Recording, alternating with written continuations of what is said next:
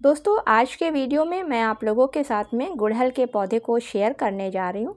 तो दोस्तों अगर आपका गुड़हल का पौधा बराबर ग्रोथ करता जा रहा है, हरा भरा भी बना हुआ है, लेकिन उस पर कलियाँ नहीं बन रही हैं या फिर जो एक दो कलियाँ बन रही हैं वो भी फूल में बदलने से पहले नीचे गिर रही हैं पीली होकर, तो दोस्तों इस फर्टिलाइज़र को डालने से आपके गुड़हल के पौधे पर जो कलियाँ गिर रही हैं वो गिरना बंद हो जाएंगी। साथ ही आप देखेंगे कि आपके पौधे पर नई नई कलियाँ बननी भी स्टार्ट हो गई हैं। तो ये फर्टिलाइज़र क्या चीज़ है और किस तरीके से इसको आपको अपने गुड़हल के पौधे में कितने समय के अंतर पर देना है, चलिए आगे वीडियो में देखते हैं। नमस्कार दोस्तों, आप सभी का अपने चैनल पर एक बार फिर से स्वागत है। तो चलिए दोस्तों वीडियो की शुरुआत करती हूँ। तो दोस्तों गुड़हल का पौधा एक सदाबहार फूल वाला पौधा है और इस पर लगभग साल भर ही फूल आते रहते हैं। इसकी जो देसी वैरायटी होती है जिसमें लाल रंग के फूल आते हैं वो पूजा में काफ़ी अधिक मात्रा में इस्तेमाल किए जाते हैं, इसलिए ये पौधा काफ़ी शुभ पौधों में गिना जाता है और लगभग सभी के बगीचों में पाया भी जाता है। तो दोस्तों आइए जानते हैं कि सबसे पहले अगर आपके पौधे पर कलियां नहीं बन रही हैं या बहुत कम बन रही हैं तो उसके पीछे क्या कारण हो सकते हैं। तो दोस्तों सबसे पहले अगर हम इसके लिए सनलाइट की बात करें तो चूँकि गुड़हल का पौधा एक पूरी तरीके से धूप वाला ही पौधा है और जब इसको 7 से 8 घंटे की बराबर की धूप मिलती है तभी इस पौधे पर अच्छी तरीके से ग्रोथ होने के साथ में कलियां बनती हैं। तो आप अपने पौधे को ऐसी जगह पे रखें जहां पर इसको अब पूरे दिन की धूप यानी कि 7 से 8 घंटे की धूप लग सके। दूसरी वजह होती है पौधे पर कलियों का कम बनना या फूलों का कम आना।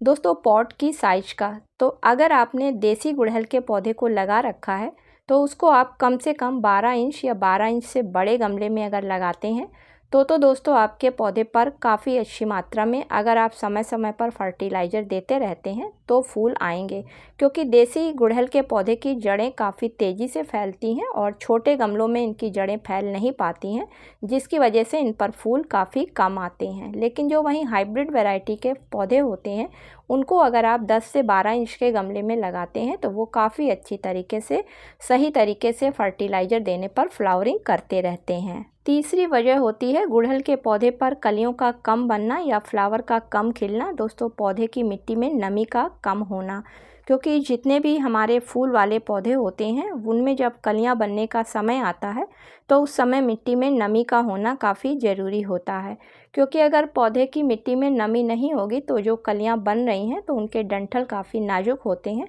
तो वो सूख कर गिर जाते हैं और वो फूल में नहीं बदल पाते हैं। इसलिए आप अपने गुड़हल के पौधे में नमी का विशेष ध्यान रखें। इतनी नमी ना होने दें कि पौधे की जड़ें खराब हो जाएं। हल्की नमी हमेशा पौधे की मिट्टी में बना कर रखें। अगली वजह होती है पौधे पर इंसेक्ट का अटैक होना। तो दोस्तों गुड़हल का पौधा एक ऐसा पौधा है जिस पर अगर ज़रा भी ध्यान न दिया जाए तो तुरंत उस पर मिलीबग लग जाते हैं। और मिलीबग का काम होता है जहाँ से पौधे पर कलियाँ बनती हैं उस भाग को, जो डंठल होते हैं उसके, उसमें वो रस चूसने लगते हैं, जिसकी वजह से वहाँ से कलियाँ बन नहीं पाती हैं और अगर कलियाँ बन भी रही होती हैं तो वो पीली होकर नीचे गिरने लगती हैं। इसलिए दोस्तों आपने अगर गुड़हल का पौधा लगा रखा है तो रेगुलर अपने पौधे को चेक करते रहें और नीम ऑयल का बराबर स्प्रे करते रहें, तो आपके पौधे पर मिलीबग नहीं लगने पाएंगे। चलिए दोस्तों अब बात कर लेते हैं कि हमें अपने गुड़हल के पौधे से अगर अच्छी मात्रा में कलियों और फूलों को लेना है तो उसके लिए हमें कौन सी ऑर्गेनिक फर्टिलाइज़र्स का इस्तेमाल करना है। तो दोस्तों फर्टिलाइज़र के रूप में आपको पहली फर्टिलाइज़र मेथी दाने लेना है, जो सभी के किचन में बहुत आराम से मिल जाते हैं। और दोस्तों इन मेथी दानों में काफ़ी अधिक मात्रा में iron, calcium, magnesium, potassium, sodium, zinc, phosphorus के साथ साथ प्रोटीन और विटामिन ए, बी, सी पाया जाता है। इसी के साथ में दोस्तों इसमें फॉलिक एसिड भी पाया जाता है इन दानों में, जो कि पौधों की ग्रोथ को बढ़ाता है। साथ ही साथ पौधों में होने वाली प्रकाश संश्लेषण की प्रोसेस को भी तेज करता है, जिसकी वजह से पौधों में ग्रोथ तेज हो जाती है और पौधे स्ट्रेस में जाने से बच जाते हैं। साथ ही इनकी जड़ें भी काफ़ी इसकी वजह से मजबूत हो जाती हैं और जब पौधा पूरी तरीके से स्वस्थ रहता है तो उस पौधे पर कलियां बनने के चांस बढ़ जाते हैं। तो अगर आपका पौधा 10 या 12 इंच के गमले में लगा हुआ है तो उसके लिए आप 1 चम्मच मेथी दानों को ले लें और उसको ग्राइंडर में पीसकर एक पाउडर सा बना लें, जिससे कि जब आप पौधे में दें तो पौधे की मिट्टी उसको जल्दी डिकम्पोज कर सके। सके। अब इसमें दूसरी फर्टिलाइज़र के रूप में आप 2 चम्मच नीम खली के पाउडर को ले लें। तो दोस्तों बरसात के मौसम में या किसी भी मौसम में अगर नीम खली के पाउडर का पौधों पर इस्तेमाल किया जाता है तो पहली बात तो इससे डालने से किसी तरीके के कीड़े मकोड़े नहीं मिट्टी में लगते हैं और साथ ही साथ इसमें पाई जाने वाली नाइट्रोजन की वजह से पौधे काफ़ी मजबूत रहते हैं। अब तीसरी ऑर्गेनिक फर्टिलाइज़र के रूप में आप 1 छोटा चाय वाला चम्मच कॉफ़ी पाउडर को ले लें। तो दोस्तों कॉफ़ी पाउडर में मैग्नीशियम के साथ साथ पोटेशियम, नाइट्रोजन और विटामिन बी पाया जाता है काफ़ी अधिक मात्रा में।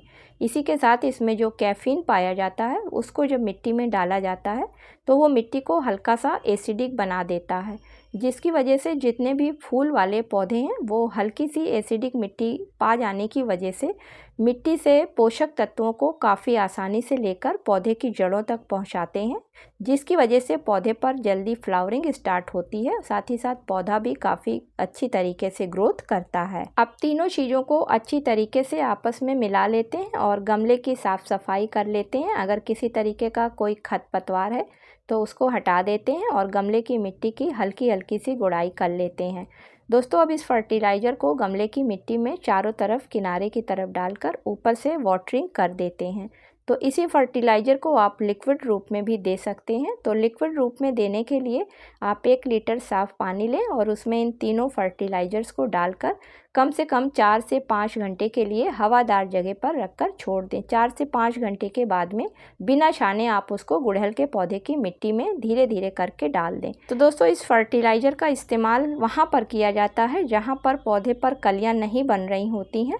तो अगर 15 दिन के अंतर पर इस फर्टिलाइज़र का रेगुलर पौधे पर इस्तेमाल किया जाता है तो पौधे में रिजल्ट धीरे धीरे काफ़ी अच्छे देखने को मिलने लगते हैं। उम्मीद करती हूँ कि आज का वीडियो आप लोगों को पसंद आया होगा। अगर दोस्तों पसंद आया हो तो इसे लाइक और शेयर करें।